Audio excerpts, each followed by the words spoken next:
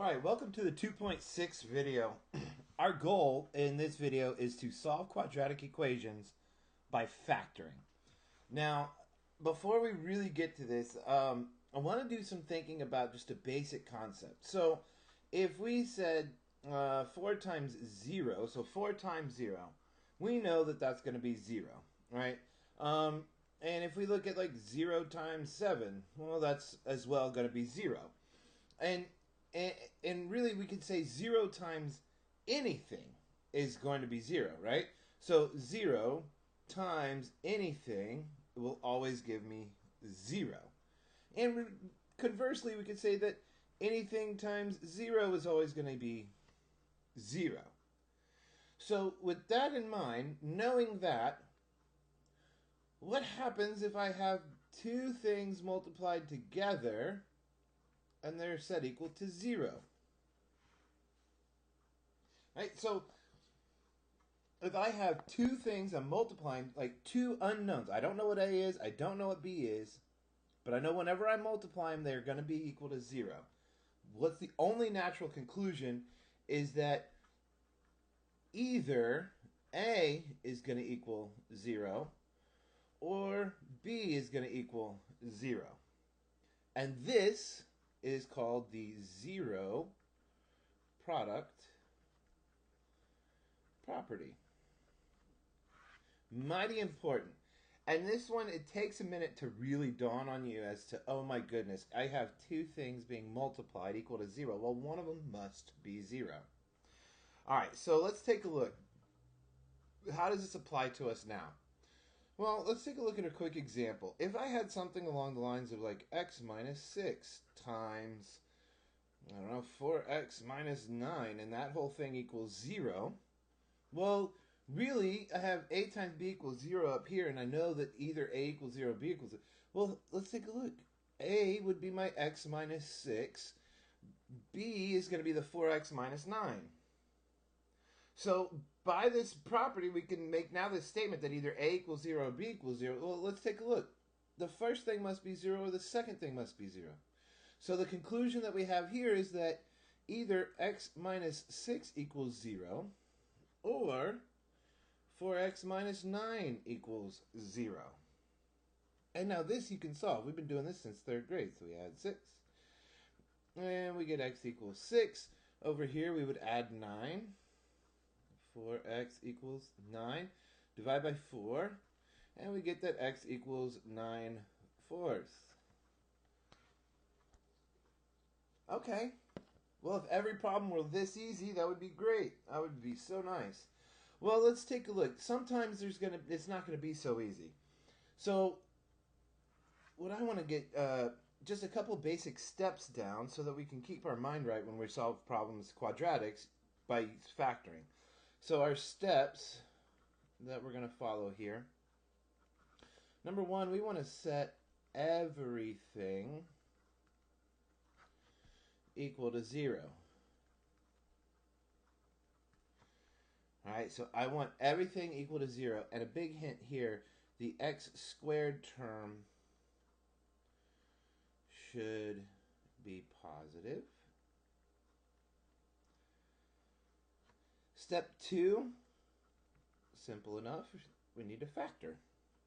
And step 3, we're going to set each factor equal to 0 and solve.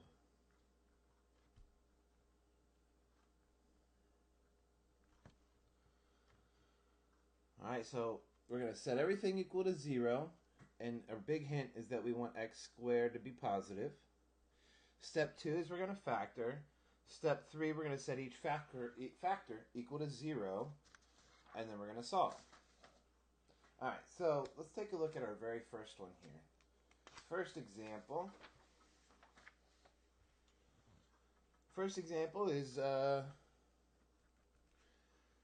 go with x squared minus or plus 3x equals 0.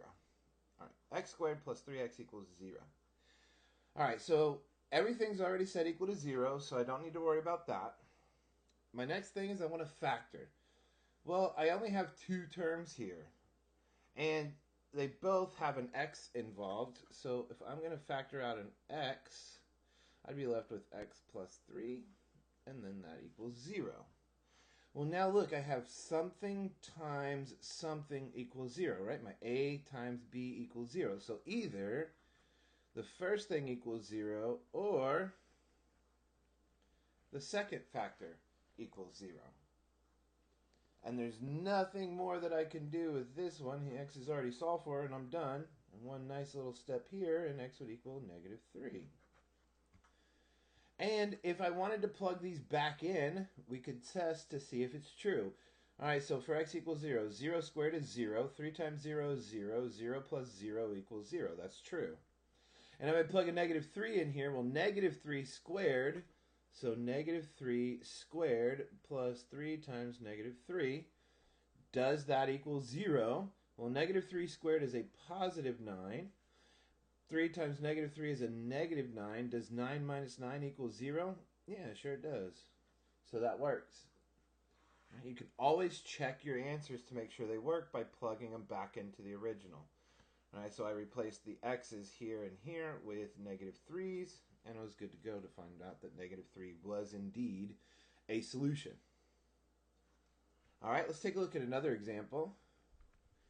Here we have negative 4x squared plus 6x minus 16 equals negative 5x squared. Well, goodness. This looks really daunting. This looks very difficult, but looks are deceiving, right? Here I have a negative 4x squared, and over here I have a negative 5x squared. In an effort to get everything set equal to 0, all right, my step 1, I got to get everything set equal to 0. The first thing I want to do is, well, there's only one term over here, right? And we move terms from one side to the other side of the equal sign using addition and subtraction.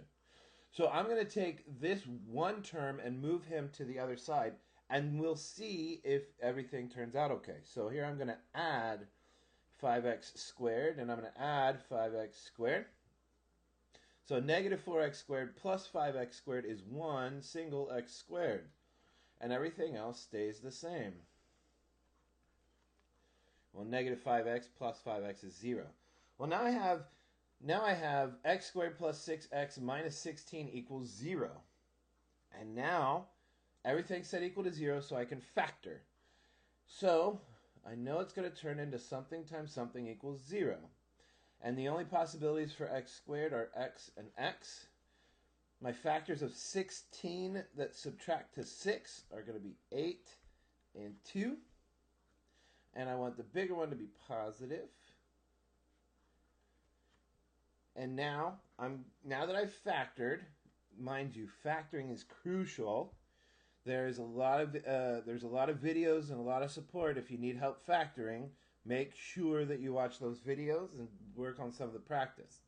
Now, here we're factoring. We've already factored. Now we can set each factor equal to 0. So here I have x plus 8 equals 0 and x minus 2 equals 0. Minus 8 from both sides, and x would equal negative 8.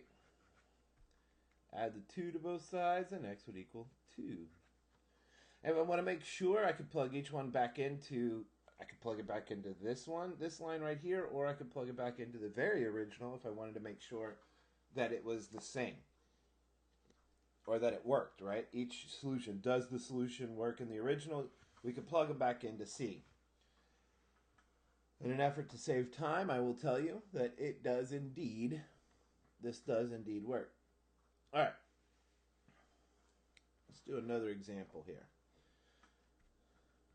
Let's take a look. What if we have 7x squared minus 42 equals negative 35x? All right, well, I have one term on the right-hand side, and I want to get him to the left-hand side. And notice here I have my x squared, and here I have my number. Normally, when we see these, we want them to be in the form of ax squared plus bx plus c equals 0. In other words, my x squared term, then my x term, and then my number equals 0. So whenever I move this negative 35 to the left side by adding 35x to both sides, when I move him over, I'm going to squeeze him in between in the middle so that it looks the way I want it to look. So here I'm going to add 35x plus 35x, and I get 7x squared plus 35x minus 42 equals 0. Now I can factor. Well, the first thing I want to do is I want to ask myself, since this is a kind of a weird number here, I want to ask myself, does each term have a factor of 7? And in this case, 7, 35, and 42, yes, they each have a 7 involved. So if I factor out a 7, or I can divide both sides by 7, 0 divided by 7 is still 0, so that's nice. 7x squared divided by 7 is simply x squared. 35x divided by 7 is a positive 5x. And negative 42 divided by 7 is a negative 6. Well, now this becomes increasingly easy. I can now simply factor, and x squared, the only possibilities here are going to be for x and x. Now, the factors of 6 that subtract to 5 are going to be 6 and 1. And I want to have a positive 6 and a negative 1. And I can set each factor now equal to 0. Excuse me. Subtract the 6, and x equals negative 6. Add the 1, and x equals 1. All right, so my two answers for this would be negative 6 and positive 1. The crucial part with this whole thing, the way you're going to be the most successful, is to make sure that you're confident when you factor. This is the easiest way to solve quadratics by a mile, as long as you're confident in factoring.